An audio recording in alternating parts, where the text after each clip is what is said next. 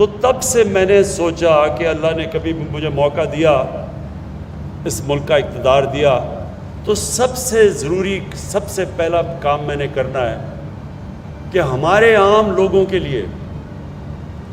یہ عذاب اٹھ جائے کہ اگر گھر میں بیماری ہے، وہ پہلی تکلیف ہے،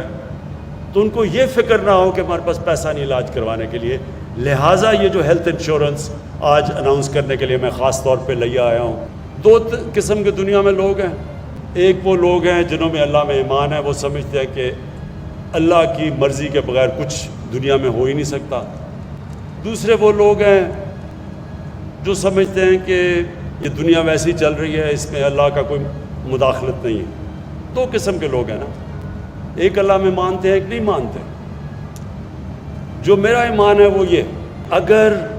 آپ کے پاس پیسہ ہے بھی نہیں، جو پاکستان کے پاس ابھی تک وہ پیسہ نہیں ہے، لیکن اگر آپ انسانیت کے لیے اپنی ساری زور لگاتے ہیں، ایفرٹس کرتے ہیں، پیسہ خرچ کرتے ہیں انسانیت کے لیے، انسانوں کی بہتری کے لیے، میرا ایمان یہ ہے کہ اس ملک کو اللہ خوش ہوتا ہے، خوش تب ہوتا ہے جب اس کی انسانوں کی کوئی خدمت کرتا ہے۔ اللہ تو اس سے پیار کرتا ہے جو اللہ کی مخلوق سے پیار کرتا ہے۔ تو جب وہ دیکھتا ہے، یہ میرا ایمان ہے کہ جب وہ دیکھتا ہے کہ ایک ریاست اپنے کمزور اور غریب طبقے کی مدد کر رہی ہے، دکھی انسانیت کی خدمت کر رہی ہے، تو پھر اللہ کی برکت آتی ہے اس معاشرے کے اوپر۔ یہی وجہ تھی ہمارے نبی صلی اللہ علیہ وسلم نے مدینہ میں، جب پیسہ بھی نہیں تھا مسلمانوں پہ، برے حالات تھے، لیکن ریاست نے اپنے کمزور طبقے کی ذمہ داری لے کے دنیا کی تاریخ کی پہلی فلاحی ریاست بنائی مدینہ میں۔ اور پھر یہ دنیا اس گواہ ہے کہ کبھی دنیا کی تاریخ میں اتنا بڑا انقلاب آیا نہیں جو کہ وہ مدینہ کی ریاست کے بعد آیا، بلکہ مدینہ کی ریاست لے کے آئی۔ یہ دنیا میں کبھی ایسے ہوا ہی نہیں ہے کہ 625 میں جنگ بدر اور 313 اور 11 سال کے بعد ایک سپر پاور گرتی ہے اور اس کے 2 سال کے بعد دوسری سپر پاور ان کے سامنے گھٹنے ٹیک دیتی ہے۔ یہ کبھی نہیں ہوا۔ اور یہ جو ماننے والے لوگ ہیں اللہ میں، انہیں پتہ ہے کہ جب اللہ خوش ہوتا ہے، اور وہ جب سرکار مدینہ نے جب انسانیت کو ترجیح دی اور انصاف کو، تو وہی دیکھتے دیکھتے دنیا کی امامت کی ان لوگوں نے۔ تو پاکستان کا بھی وہی ماڈل ہے۔ ہمارے پاس اتنا بھی پیسہ نہیں ہے، مقروض ہیں، ہمارے پاس سود دیتے ہیں، قرضوں کے اوپر سود ہی دینا، آدھا تو پیسہ چلا جاتا ہے جو قرضے پچھلوں نے لیے تھے اس کے اوپر سود دینے کے لیے۔ لیکن اس کے باوجود یہ جو 2 صوبوں نے، خیبر پختونخوا نے، پنجاب نے، یہ جو فیصلہ کیا ہے کہ سارے لوگوں کو ہیلتھ انشورنس ملے گی جو بھی اس صوبے میں لوگ رہتے ہیں، میں اس لیے آپ کو خراج تحسین پیش کرتا ہوں کہ اس کی وجہ سے پیسہ آئے گا آپ کے پاس۔ 2 سوچ ہے نا، ایک جو نہیں مانتا اللہ میں، وہ کہتا ہے پہلے پیسے اکٹھے کریں گے اور پھر ہم فلاحی ریاست بنائیں گے۔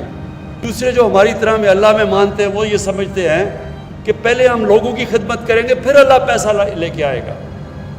کیونکہ اللہ تو جب خوش ہوتا ہے، وہ کسان جو بیٹھے ہوئے ہیں،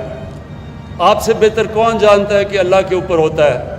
بارش صحیح ٹائم پہ آ جائے تو آپ کی عید بن جاتی ہے، بارش نہیں آتی تو اللہ کا عذاب آ جاتا ہے۔ تو یہ تو ہماری طرح کے لوگ، ہم تو سمجھتے ہیں کہ ہماری پہلی ڈیوٹی یہ ہے کہ اللہ کو خوش کریں، اور اللہ خوش ہوتا ہے جب اس کی عوام کی خدمت کریں۔ اس کی عوام کو سب سے پہلی چیز کہ جب وہ برا وقت ہوتا ہے، جب گھر میں بیماریاں ہوتی ہیں، تو اس کو کبھی یہ فکر نہ ہو کہ میرے پاس اگر پیسہ نہیں تو میرا علاج نہیں ہوگا۔ دیکھیں، یہ صرف غریب خاندان، کمزور گھرانوں کے، بلکہ سفید پوش وہ لوگ جانتے ہیں کہ جن کے گھروں میں بیماری ہو اور ان کے پاس پیسہ نہ ہو علاج کا، وہ جانتے ہیں کہ وہ کس عذاب سے گھر گزرتا ہے۔ شوکت خانم ہاسپٹل کیوں بنایا؟ والدہ کو میری کینسر تھی، ہسپتال میں گیا ڈاکٹر کو لینے کے لیے، ادھر مجھے کینسر کا غریب مریض مل گیا۔ تو وہ جو ڈاکٹر کا اسسٹنٹ تھا اس نے مجھے بتایا کہ یہ سارا دن مزدوری کرتا ہے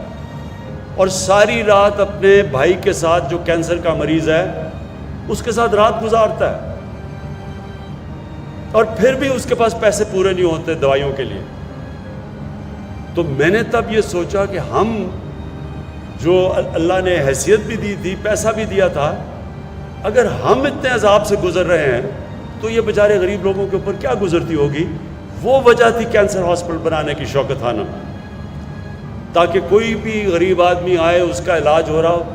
اگر اس کے پاس پیسے نہیں ہیں، اور کینسر کا بہت مہنگا علاج ہے، سب سے مہنگا علاج کینسر کا ہے، تو یہاں تو 90% لوگوں کے پاس کبھی بھی پیسہ نہیں ہوگا کینسر کا علاج کروانے کے لیے، تو لہٰذا وہ ہسپتال اس لیے بنا تھا کہ کسی کو ایک تکلیف میں پورا خاندان مجبور ہو تو ان کو یہ فکر نہ ہو کہ اگر پیسہ نہیں ہے تو علاج ان کا ہوگا۔